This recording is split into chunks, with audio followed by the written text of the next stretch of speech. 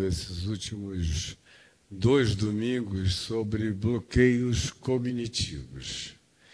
E domingo passado eu queria ter conseguido me estender mais, mas por algumas circunstâncias eu preferi concluir aquilo que eu estava dizendo domingo passado e tentar ver se no dia de hoje, numa super simplificação, a gente gera um desfecho de compreensão basicamente necessária para o nosso devido entendimento. Eu tenho a impressão que tem uma chiadeira aqui. Afaste o que seja necessário.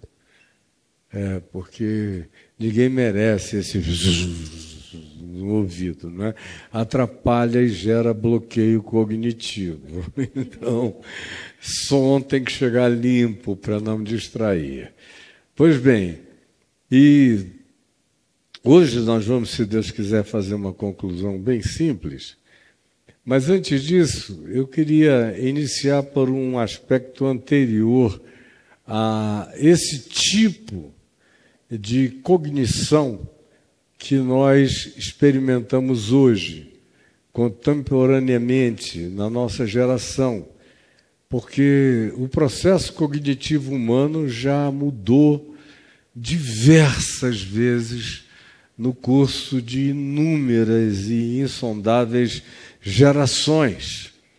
Eu, às vezes, fico pensando e vendo pessoas lerem textos antigos, milenares, primevos, com um olhar contemporâneo e fazendo juízos de valores que, se a pessoa tivesse um mínimo de conhecimento histórico, antropológico, geográfico e da primitividade que nós somos dados a poder perceber quando estudamos um pouco mais, a gente mudaria completamente o olhar daquele tipo de interpretação e ela se tornaria uma conclusão completamente diferente.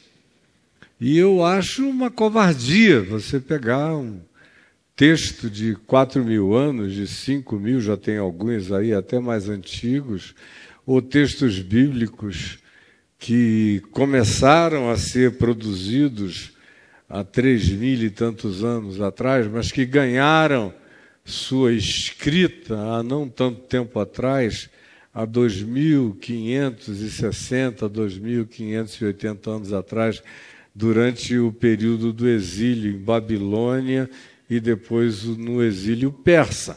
Foi quando a escritura ganhou, basicamente no Velho Testamento, as configurações que a gente tem agora. E o Novo Testamento é um departamento à parte que nem deveria constar na biblioteca que a gente carrega na mão, chamada Bíblia, porque ela é um Novo Testamento. Ela não é uma sequência daquele testamento, é uma nova aliança, é uma nova propositura de vivência. Isto dito, eu queria, como disse, ir para um aspecto anterior a essa cognitividade contemporânea, que é aquilo que, eventualmente, na linguagem arquetípica do livro de Gênesis, no capítulo 3, aconteceu antes daquele comer do fruto da árvore do conhecimento do bem e do mal, que supostamente nos levaria a um cair para cima, a uma desenvoltura de natureza de compreensões variadas, morais, éticas, tecnológicas, racionais, diversas, que são aquelas que vieram caracterizando a nossa conformação de entendimento até chegarmos à presente hora, conforme a vivemos e a interpretamos hoje. Antes de Gênesis 3, o que nós temos é um ser humano que não tinha tido acesso a esse processo de alteração mental, que foi o que a árvore do conhecimento do bem e do mal produziu uma nova gnose na percepção humana, com uma tendência extraordinária para o racionalismo, para o logicismo, para as sistematizações fechadas, para as conclusões, portanto, tanto mais fechadas quanto possam ser dogmáticas e, em assim sendo, condicionadoras da nossa própria percepção, verdadeiros aleijamentos percepcionais. Antes disso, a gente tinha um ser humano em estado de integração profunda, com muito menos cognitividade ligada a uma racionalidade que produzisse um pensamento cartesiano, sistemático, de busca de conclusividade, de festamentos sistêmicos que acabam desembocando em dogmas. Dogmas religiosos, dogmas políticos, dogmas científicos, dogmas. O que a árvore do conhecimento do bem e do mal nos ensinou a fazer, acima de tudo, foram dogmas. A gente se enche da presunção de dizer: concluí, fechei. Quando se trata de religião, as piores calamidades surgem daí, ou de política. Os grandes massacres da história humana vieram por causa de dogmas políticos ou religiosos. Mas em qualquer que seja a dimensão, perspectiva ou realidade, de natureza, por exemplo, cultural, produz dogmas nacionalistas, xenófobos, ou se são dogmas de natureza étnica, isso ganha profundidade de apartheids indizíveis e os mais variados dogmas que nos separam uns dos outros. Agora, antes disso, havia muito menos racionalização, muito menos desenvoltura tecnológica, mas havia uma intuição multianimal presente na condição humana. Os gatos, por exemplo, criam um vínculo tão profundo com a casa e as pessoas com as quais vivem, que eu tenho acompanhado histórias de famílias que se mudaram e deixaram o gato para trás, foram para uma outra cidade, numa região completamente diferente, e depois de 5 meses o gato apareceu lá. Com que orientação? Você vê a mesma coisa com cachorros. O cachorro que cai de mudança não terá problema, ele vai achar a casa futura dos seus donos.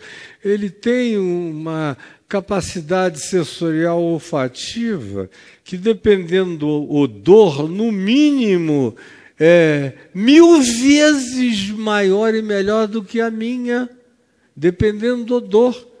E, com a mesma categoria de dependência do odor, ele pode desenvolver isso como sensibilidade olfativa até 100.000 vezes mais do que eu ou você. E há uma quantidade enorme de outras coisas. Frequentemente, hoje, a ciência começa a perceber que eles são capazes de detectar enfermidades no corpo de seus donos, cânceres, doenças diversas e variadas. Tanto é que há hoje universidades estudando essas máquinas que estão sendo desenvolvidas, essas tecnologias digitais, com uma capacidade de detecção sensorial olfativa de milhares e milhares de vezes, para ver se daqui a uns 8 anos os nossos celulares já serão capazes de dar diagnósticos olfativos de doenças que a gente esteja vivendo, porque todas elas exalam alguma mudança química a partir de nós. Eu descobri, sem ser nenhum expert em coisa alguma, nem superdotado em nada, desde que eu era um jovem pastor na cidade de Manaus, que eu conseguia diferenciar pessoas com esquizofrenia, e eu dizia para o meu pai, não, essa aqui não está sofrendo de nenhum ataque espiritual especial, é pura esquizofrenia, papai. Eu senti o cheiro na casa. E em outros casos eu via a variação do scent, do cheiro, do odor, de uma nhaca de natureza espiritual, que eu teria que falar durante muito tempo para explicar o que é isso, mas que era completamente outra coisa. E logo depois de um tempo, meu pai me disse, que coisa admirável, meu filho. E não foi muito, era só a dedicação à meditação, à oração, ao jejum, em algum tempo de silêncio que cresceu durante um período, e tanto mais quanto isso acontecia, mais essas outras sensibilidades e a ampliação de sensorialidades vão aumentando em nós. Tanto mais quanto você se urbanize e se racionalize e trabalhe com as categorias pragmáticas da objetividade absoluta, depois de um tempo isso começa a diminuir em você, porque você não está exercitando. Por exemplo, eu tenho amigos no Amazonas, que são caboclos, ou quase totalmente indígenas, ou indígenas, que são pessoas que se orientam por aquela floresta, na escuridão da floresta, sem nenhum relógio. Você pergunta, fulano, que horas são? Aí nada, tudo nublado em cima, e eu não sei se vocês conhecem, uma floresta amazônica densa, fica escuro, às vezes cedo. 3 horas da tarde já está tudo escuro. E num dia coberto de nuvem, aí é que escurece mesmo. E o cara olhava assim em volta e dizia, isso deve ser exatamente 20 para as 4. Ou 10 para as 3, você olhava no relógio, batata. Eu não tinha aquilo, eu estava completamente perdido. Sem o relógio, eu pensaria que eram 6:30. Por causa da distância dessa experiência, a leitura, os sensores do indivíduo são outros, variados, inúmeros, que a gente vai perdendo a mesma coisa, tanto mais quanto, por exemplo, uma tribo indígena do Amazonas, seja dessas não contactadas e completamente afastadas, mais cresce o espectro sensorial das percepções deles. Quanto mais imersos na natureza mais próxima do original possível para o ser humano contemporâneo, mais essas dimensões se desenvolvem. Quanto mais afastados disso, mais bloqueados, fechados, entupidos e dessensorializados a gente se torna. Eu dei o exemplo do Amazonas, mas podia ser no deserto da Arábia, podia ser em qualquer outro lugar. Tanto mais quanto o indivíduo seja imerso naquele habitat, a capacidade dele de absorver, de sentir, de discernir coisas que outros estranhos e alienígenas àquela ambiência não detectariam, e eles sentem de longe. Isso falando de sensorialidades apenas. Agora, o nosso tema aqui é sobre cognitividade de compreensão. A palavra cognitivo vem da raiz ou da expansão da raiz de gnosis, que significa conhecimento, saber, conhecer. E nós todos, eu não estou nem falando dessa coisa extraordinária que foi perdida na nossa primitividade original, foi coberta, abafada, morta, mutilada, amputada de nós, e no curso de milênios de culto à busca tecnológica, racionalista, as compreensões de sistemas fechados foram atrofiando, essas outras dimensões são muitos milênios dedicados a essa atrofia. E que tem acontecido especialmente no ocidente da Terra. Dito isto, eu quero simplificar voltando para o Novo Testamento, senão nós teríamos que ir para um acampamento, ficar dias conversando sobre isso, porque quase tudo na experiência humana tem a ver com expansão ou com bloqueio de natureza cognitiva. As nossas grandes guerras, os nossos grandes desencontros, os nossos grandes atestados e declarações de antagonismo mútuo e social, político, religioso, ideológico, de todas as naturezas, vem daí. Da nossa incapacidade de dilatamento, de percepção, de empatia que mude todo o nosso lugar de observação para a gente perceber coisas que de outra feita, do lugar dogmático do nosso posicionamento, a gente não enxerga nunca. Por isso eu lhes disse nos domingos anteriores que todas as exacerbações emocionais bloqueiam dramaticamente a nossa cognitividade. Inveja, e eu citei textos bíblicos, admiração obsessiva,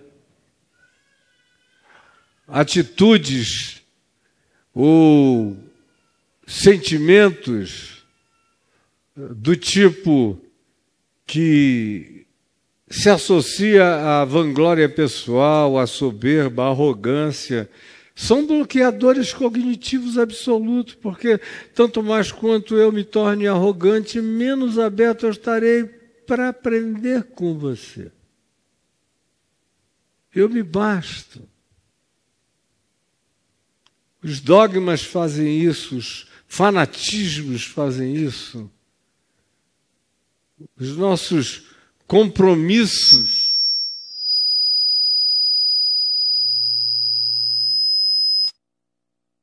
olha a disfunção cognitiva. Ninguém entendeu nada, né? Nem eu.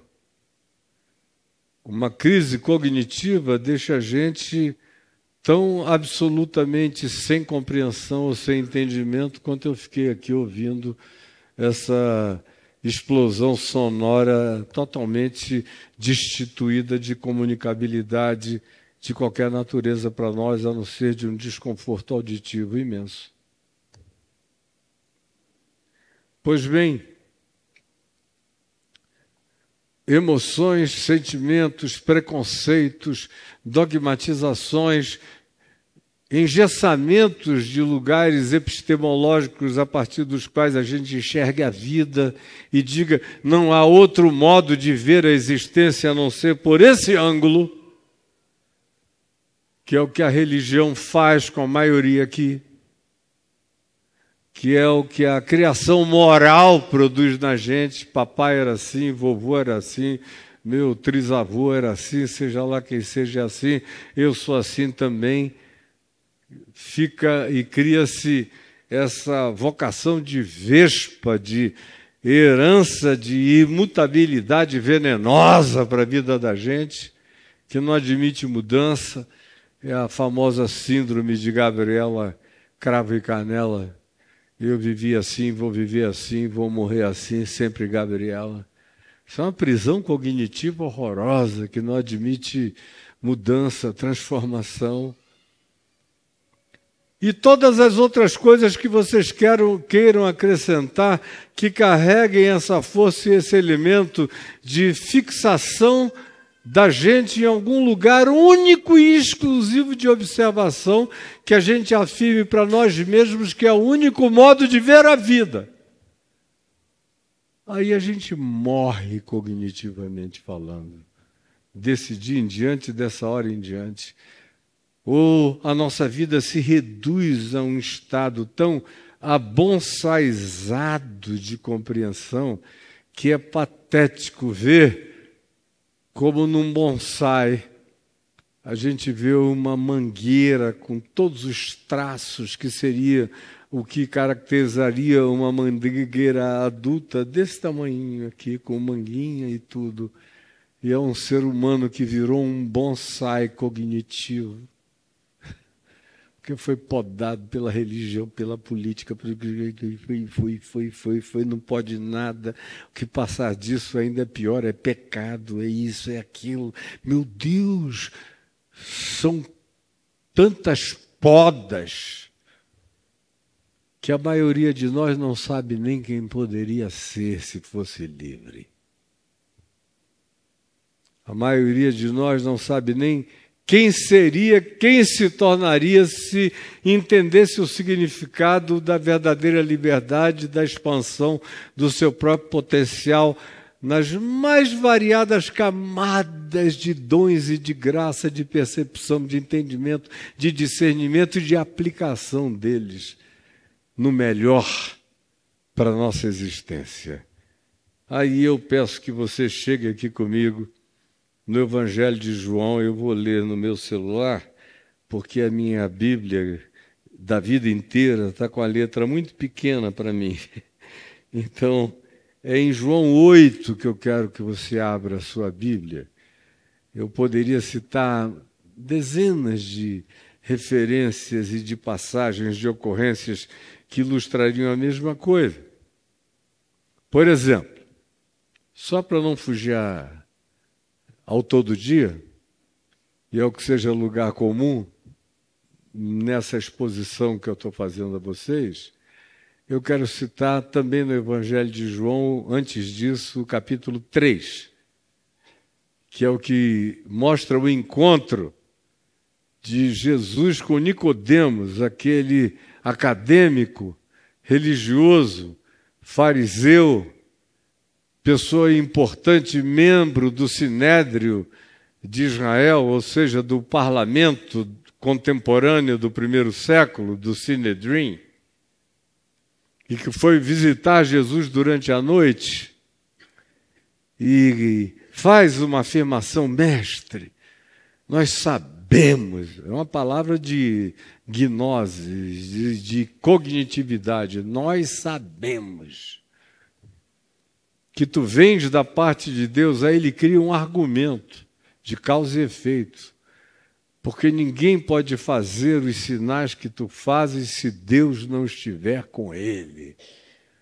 Aí ele fecha Jesus dentro de um sistema de causa e efeito, que é um sistema perverso. Se você colocar Deus dentro de qualquer sistema de causa e efeito, a melhor conclusão é se tornar ateu. Porque você vai querer enfiar, sem nenhum discernimento, a fenomenologia natural, que é linda e que é bela, com a manifestação humana, egótica, perversa, dominadora, aguerrida, tirânica, colocar tudo num pacote só e aí dizer: eu não consigo entender onde está Deus quando deixa isto ou aquilo acontecer. Onde está Deus porque deixou essa criança morrer de câncer? Onde está Deus? Porque colocaram Deus dentro de um sistemazinho teológico patético. Então ele chega, o Nicodemos, e diz: sabemos que, e dá e anuncia uma lei de causa e efeito. Aí Jesus disse: Nicodemos, o buraco é infinitamente mais eterno, cara. Não é aí desse tamanho, não. É muito mais profundo. E diz a ele: em verdade, tu és mestre em Israel. E antes de dizer isso, ele diz: em verdade, Nicodemos, eu te digo que se uma pessoa não nascer de novo, jamais vai enxergar, vai ter a cognitividade do significado do reino de Deus na vida. Se não nascer de novo, O que não é o que os religiosos transformaram: levantar a mão, ser batizado, dar o dízimo, cantar no coral, essa bobajada toda de religião. Nascer de novo é uma regeneração essencial da consciência, do coração, é uma transformação, é o brotar de uma nova criatura, é o romper de um casulo e fazer surgir um ser sem limite que voa, livre na graça de Deus. Aí Jesus chega e diz: se alguém não nascer de novo, Nicodemos, por esse teu caminho aí, não vai entender nada por essa lógicazinha de causa e efeito. E aí ele disse: como é que pode isso, nascer de novo? Pode, porventura, um homem voltar a nascer já sendo velho? Parece a fantástica vida de Benjamin Button, não é mais ou menos assim, aquele filme com o Brad Pitt, de anos atrás? É esse o nome? É a fantástica vida de Benjamin Button, é um filme muito bonitinho. E, Senhor, pode alguém nascer sendo velho, voltar porventura ao ventre materno e nascer segunda vez? Aí Jesus disse: Nicodemo, meu filho, você é PhD em Israel, é um dos homens mais cultos do Sinédrio, mestre de mestres, e não compreendes estas coisas?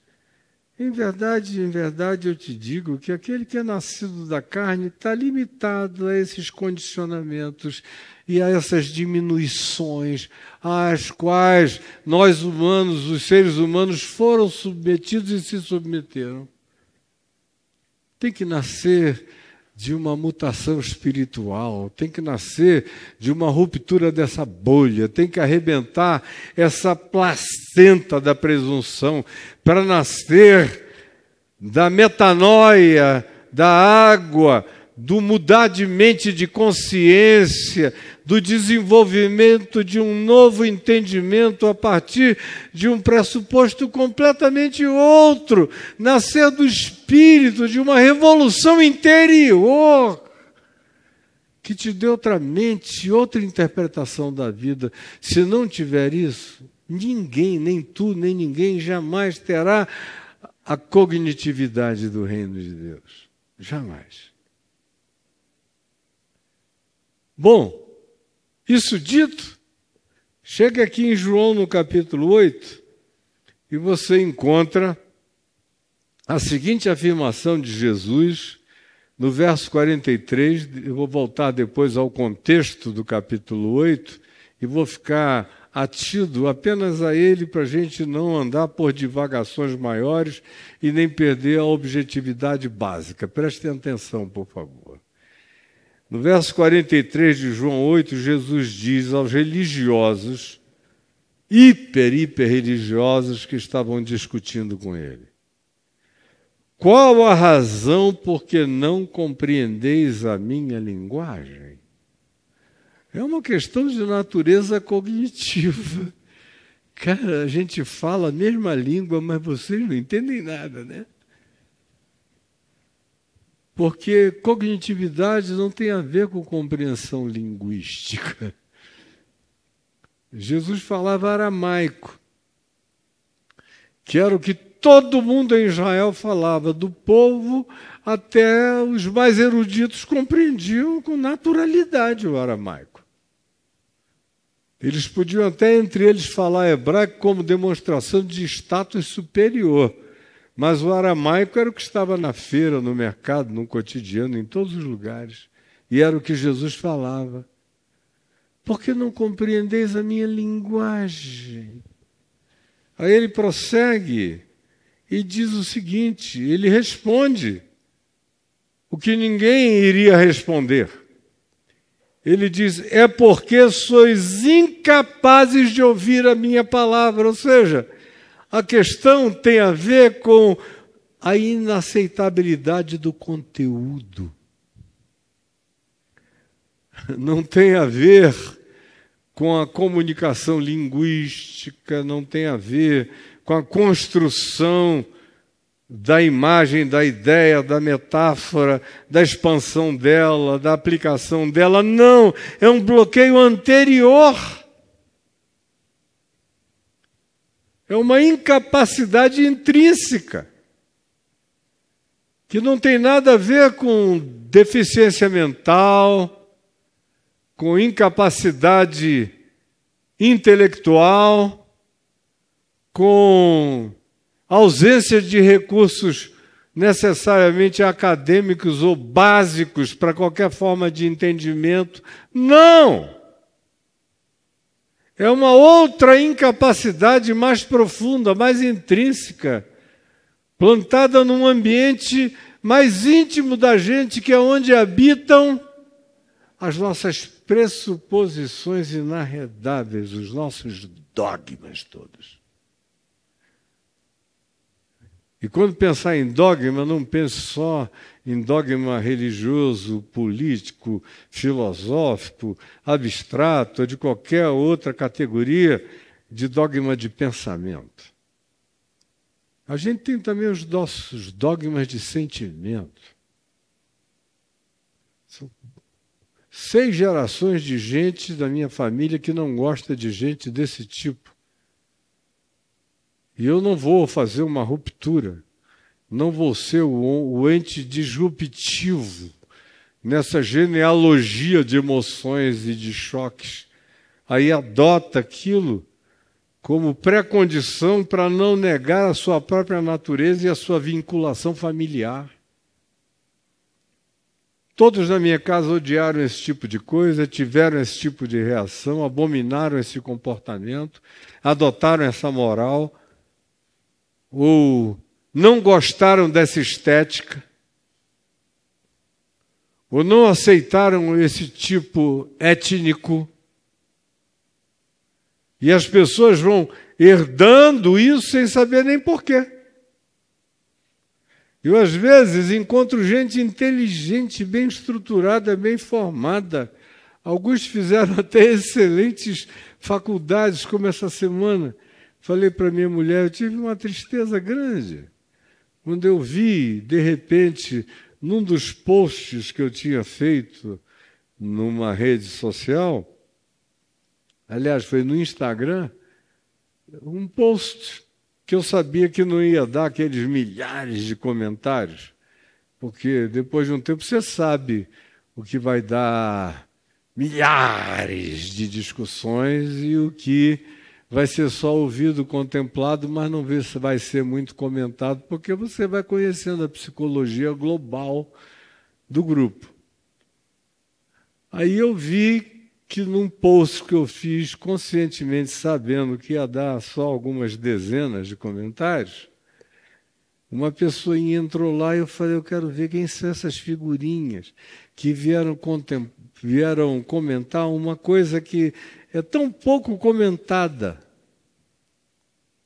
Era um post sobre um trabalho musical do Alok com os índios, com os indígenas, chamado O Futuro é Ancestral, faixa 8, Sangue Indígena. Lindo, forte. E eu postei lá, tinha lá alguns comentários, quando eu vi uma moça dizendo, estou saindo hoje do seu canal, depois de ter recomendado durante anos para milhares de pessoas, estou me retirando, não concordo mais, você é um comunista e também um antissemitista, e não sei o que e tal, e fez um monte de acusações. Aí eu não faço nunca isso, mas desse dia eu disse, deixa eu ver exatamente quem é essa moça. Eu fui ver, vi o currículo dela inteiro, tão bem arrumado. Foi uma pessoa que tinha tudo para pensar mais, para entender melhor. Aí eu fui ver os posts que ela fazia, e aí eu fui entendendo. O sobrenome dela denunciava um certo vínculo étnico com o judaísmo. Aí eu fui ver os posts, aí era só bandeira do Brasil, com motocicletas para lá e para cá. Aí eu fui ver os artigos que ela reproduzia. Aí eu falei, já sei, eu sou comunista por causa disso aqui. Quem quer que ame, que seja misericordioso, solidário, que ache que vacina é uma coisa boa, que a ciência não está em guerra contra nada do que faça bem a vida, isso, aquilo outro, é comunista, marxista cultural. Então, já sei de onde vem, meu Deus, de onde vêm esses eflúvios. Aí o antissemitismo. Aí eu fui ver, estava lá, a evidência dessa vinculação. Aí eu só entrei num campo de mensagem que fala particularmente com a pessoa. Nunca fiz isso na vida.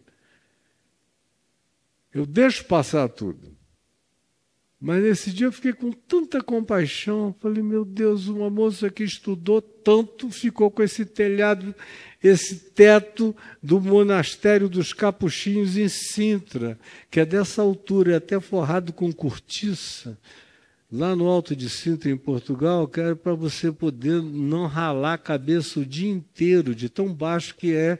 E no fim de uma vida inteira estava todo mundo corcunda, assim, andando desse modo, com 60 anos de idade, não levantavam mais. Falei, coitada. Aí eu falei, minha filha, eu lamento profundamente que tenha acontecido com você. Você parece uma pessoa tão interessante, podia estar vivendo uma vida muito mais ampla, mas eu sei as causas, isso e aquilo. E você elabora em equívocos extraordinários. Eu sei quem foi teu mestre, só de ler isso aqui. E você precisa se aculturar como uma pessoa que carregue qualquer compromisso com o DNA judaico. Você precisa saber a diferença entre antissemitismo e antisionismo. Sou completamente semita. Eu, não exclusivamente porque eu sou aberto para todas as manifestações humanas do mundo inteiro. Mas em relação a essa descendência de Abraão, eu sou totalmente semita, sabe por quê? Vocês se apropriaram dessa terminologia semítica de maneira reducionista e estelionatária. Semitas são todos os filhos de Sem, filho de Noé, portanto, incluindo Abraão. Ele não era o único semita, era incluindo ele. E da descendência dele, a guerra que você está assistindo é uma guerra semítica. São filhos de Abraão se matando, minha filha. Como é que eu posso ser antissemita? Eu sou anti a destruição semítica patrocinada. E aí eu disse um monte de coisas que eu não vou repetir aqui agora. Primeira coisa é entender o que é ser antissemita e o que é não concordar com o sionismo ideológico. Você não sabe nem de onde isso nasceu, nem o que isso propugna, nem o que isso está fazendo, nem a desgraça que isso carrega, minha filhinha. Porque não basta você ter feito cursos disso, daquilo ou daquilo outro. Tome cuidado, porque existem elementos mais profundos dentro da gente que são capazes de nos alejar a compreensão da vida de uma maneira amputatória, horrorosa. Assim como o Nelson Rodrigues falou de algumas pessoas que negavam as coisas transcendentais o tempo todo, ele, daquele jeito dele, com aquela mão assim meio trêmula, diz, são todos uns aleijados transcendentais. Eu acho que são pessoas que se permitiram amputações do transcendente mesmo. Pois bem, voltando a Jesus, dizendo: por que não compreendeis a minha linguagem? É porque sois incapazes de acolher o Evangelho. É uma barreira profunda contra bem-aventurados os humildes de espírito, bem-aventurados os mansos, os que se controlam, bem-aventurados os pacificadores, bem-aventurados os limpos de coração, os que tentam olhar da melhor maneira para a vida, bem-aventurados os que têm fome e sede de justiça, bem-aventurados os que não negociam sua consciência quando sabem o que é justiça e o que não é justiça e tomam o lado certo na vida. Bem-aventurados quando por minha causa fores injuriados e perseguidos, e contra vós disserem todo mal. Vós sois o sal da terra, vós sois a luz do mundo. Não julgueis para que não sejais julgados. Sejam cheios de discernimento, não lanceis as vossas pérolas aos porcos, nem deis aos cães o que é santo. Saibam com quem vocês vão compartilhar as preciosidades da alma de vocês. Perdoem sempre, até 70 vezes 7. Não guardem ódio no coração, porque isso mata e envenena quem carrega isso. Não andem ansiosos, confiem no cuidado do Pai, façam o que seja a tarefa de cada um de vocês, façam bem, façam melhor, façam como se fosse para Deus, melhorando a vida e o próximo. E aí o Evangelho vem dizendo só essas coisas maravilhosas, mas que no coração de certas pessoas há um impedimento essencial para acolher. A besta fera, o animal, o predador, o macho ômega inseguro, o narcisismo radical, a egolatria, tudo aquilo que a gente vai naturalizando e chamando de humano, e que é, de fato, o traço mais horrorosamente desumano da gente, vai dando metástase na alma da gente e a gente se torna incapaz de entender a boa nova. O ódio cria bloqueios cognitivos, gera uns subprodutos horrendos de antipatia, de atitude de tirania, de persecutoriedade, de separação e de apartheid, de tudo mais de ruim que vocês queiram. É só o amor que rompe a membrana do bloqueio cognitivo. O amor enxerga quase tudo, não é tudo, porque Paulo diz em 1 Coríntios 3, em parte vemos, porque ainda somos seres relativos. Ou como disse Gilberto Freire, não há ninguém que venha ao mundo sem algum tipo de preconcepção de alguma coisa, ou que no curso da vida não manifeste isso.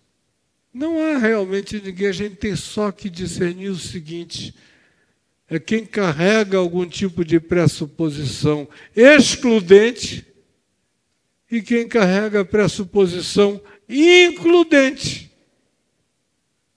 Quem abraça e quem aparta. Quem acolhe e quem rejeita. Quem tem compaixão e quem é carregado de ódio, de ironia ou de desprezo. Esperar que todos nós tenhamos exatamente o mesmo olhar não será possível, é utópico, mas dá para esperar que todos nós desenvolvamos, no mínimo, os melhores pendores, que são definidos pelo amor que inclui, que perdoa, que acolhe, que enxerga cada vez mais, embora por melhor que seja, jamais enxerga tudo. Sois incapazes. Aí Jesus, no capítulo 8 aqui de João, vocês agora andem para o iniciozinho do capítulo 8, verso 1. Qual é a primeira história narrada aqui? Lembra da mulher adúltera, que foi apanhada em adultério. Ninguém adultera sozinho, né? Ela e o travesseiro. Meu travesseiro gostoso. Tinha um cara mandando ver de tudo que é lá. Mas o bloqueio cognitivo pegou só a mulher. E esse bloqueio está presente hoje na nossa sociedade e está em estado de recrudescência incontrolável em alguns ambientes sociais. Aí Jesus presente. Eles vão lá e outra doença cognitiva. Moisés nos mandou que tais mulheres sejam apedrejadas. Aliás, na lei de Moisés, sendo justo com Moisés, Moisés disse tanto o homem quanto a mulher, naquele clima de barbarismo primitivo de Israel no deserto, ele mandou que ambos fossem apedrejados para que aquela sociedade não aprendesse os mecanismos e nem naturalizasse a traição de uns para com os outros, porque seria implicação de uma destruição da sociedade. O mecanismo primitivo que ele tinha era aquele. Não era o melhor, mas era o que havia naquela primitividade, mas era para ambos. Agora, 1.700 anos depois de Moisés, o negócio virou exclusivamente para cima da mulher. Aí vem Jesus e disse, e força uma violência cognitiva, dizendo, tá bom, quem dentre vós estiver sem pecado, seja o primeiro que lhe atire pedra. Força os caras a se enxergarem, uns na presença dos outros. Todo mundo ali tinha pegado todo mundo por ali. Todo mundo sabia quem pegava quem. Aí, começando dos mais velhos até os mais novos, foi todo mundo se retirando de fininho, não ficou mais ninguém, só Jesus e a mulher. A gente está cercado no Novo Testamento de embates de natureza cognitiva o tempo todo. Jesus com os religiosos, com os fanáticos, com os políticos, com os intérpretes da lei, com os acadêmicos, com tudo. É o tempo todo esse choque. Aí você prossegue, depois dessa história da mulher adúltera, e, surpreendentemente, Jesus introduz o tema da luz, da lucidez, da iluminação, do enxergamento, do discernimento, da percepção, da cognitividade, portanto. Eu sou a luz do mundo, quem me segue não andará nas trevas, pelo contrário, terá a luz da vida.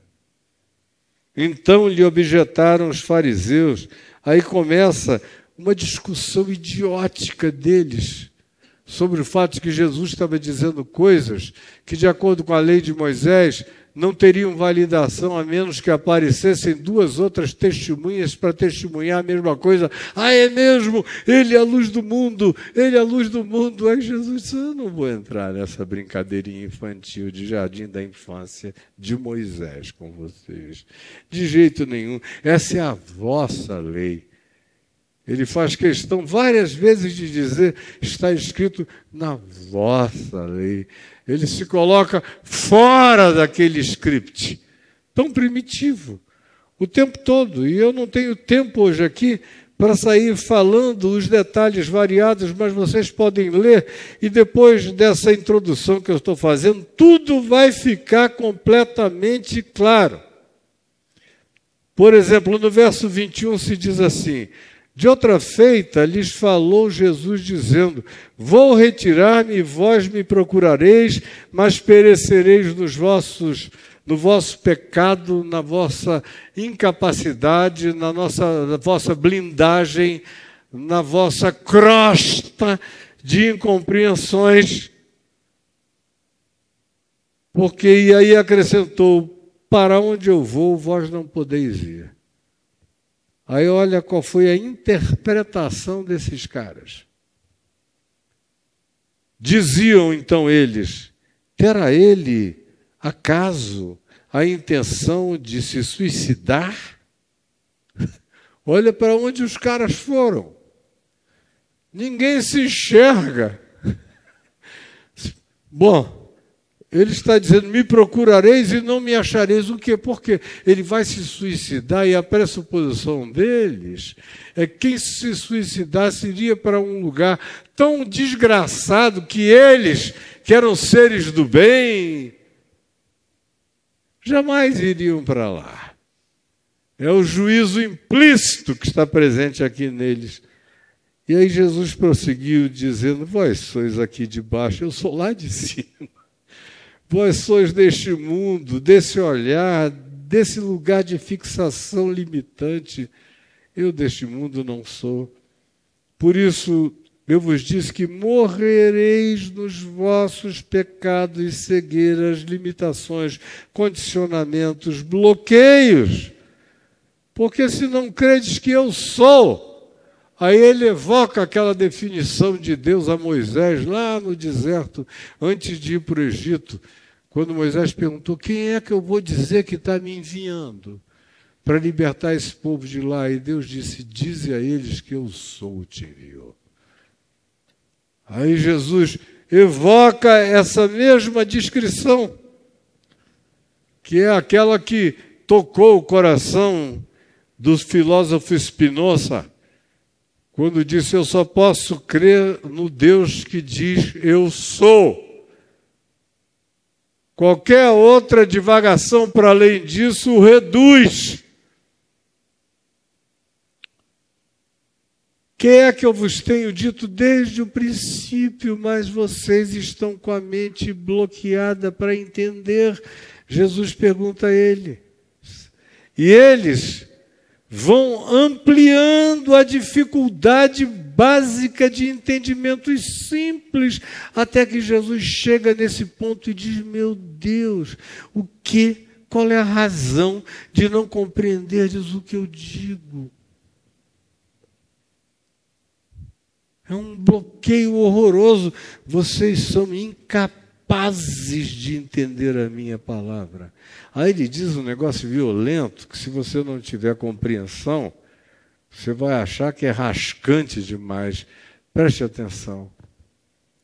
Ele diz no verso 44 aqui de João 8, vós sois do diabo. O diabo é uma palavra, vem de uma palavra grega que significa o divisor, diabolos. É aquele que racha, que divide, que esquizofreniza, que produz ambivalência, que alimenta a árvore do conhecimento do bem e do mal do ponto de vista epistemológico, cria guerra entre o certo e o errado, guerra, conflito, briga, até que você escolhe algo para tentar se pacificar da sua agonia sem solução, da sua psicose básica, como diz Paulo em Romanos 7. Vós sois do diabolos, do divisor, do conflito, do choque de ambivalências, da mente perturbada. E o que acaba no fim de tudo é que se instala um cansaço que faz com que vocês queiram se render aos desejos mais latentes que brotem malignamente dentro de vocês. Vocês ficam vivendo não mais por causa de qualquer discernimento ou sabedoria, mas para satisfazer pulsões no meio dessa agonia que toma conta de vocês. Esse diabolos, esse divisor, esse destruidor da pacificação mental, ele foi homicida desde o princípio. Jamais se firmou na verdade, porque nele não há verdade. Quando ele profere a mentira, fala do que lhe é próprio, porque é mentiroso e pai da mentira. Mas eu digo a verdade, e vós não me credes. Quem dentre vós me convence de pecado? Quem é que tem o argumento para desconstruir a saúde do que eu venho dizendo a vocês? Quem de vós me convence de pecado? Se vos digo a verdade, por que razão não me credes? Quem é de Deus ouve naturalmente as minhas palavras. Por isso não me dais ouvidos, porque vocês criaram um bloqueio essencial para a verdade de Deus no coração de vocês, porque vocês sucumbiram a essa rachadura essencial e fizeram a escolha e o pendor por satisfazer os desejos mais primitivos, homicidas e animais do coração de vocês. Aí não tem jeito de vocês crescerem para nenhuma compreensão que seja curadora, que seja saudável, que seja libertadora, que seja de Deus, que seja do Evangelho.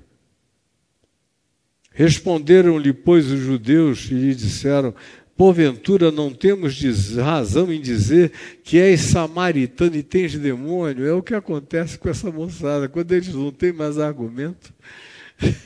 Seu endemoniado, seu sem vergonha, desgraçado, herege, aí vai, joga pedra, faz tudo. Vocês não estão acostumados com isso? Eu estou. Ultimamente é só isso que dá. Quando o cara começa a argumentar e você diz alguma coisa que ele não consegue passar daquele limite, ele te anarquiza logo na hora. Te manda para o inferno, diz que você é um herético, um perdido, um comunista safado, não sei lá o quê. Não dá nem para compreender. Mas é assim que agem. E tens demônios. Samaritano era o pior tipo de designação que alguém poderia dar naqueles dias. Dizer, és um romano pagão, era uma doçura. Agora, o samaritano era o ser mais desprezado. É o palestino contemporâneo. E habitava a Palestina até o dia de hoje. A Cisjordânia cobre toda a área da Samaria bíblica dos dias de Jesus, que já era um lugar de ódio, conflagração de conflitos, de problemas os mais impensáveis, da angústia maior dos romanos que houvesse uma crise ali. Jesus diz, eu não tenho demônio, pelo contrário, honro a meu Pai, mas vós me desonrais. Eu não procuro a minha própria glória, há quem a busque e julgue. Em verdade eu vos digo, que se alguém guardar a minha palavra, não verá a morte eternamente. Aí projetou a conversa para um nível absolutamente para além do ordinário. Falou, o que eu estou falando aqui com vocês, se vocês entendessem, iria levá-los à apreciação gloriosa do significado de que vocês podem ser invadidos para além da mesquinharia do espaço-tempo pelo significado da eternidade e colocar vocês numa outra dimensão para viver. Aí eles lhe dizem, agora estamos certos de que tu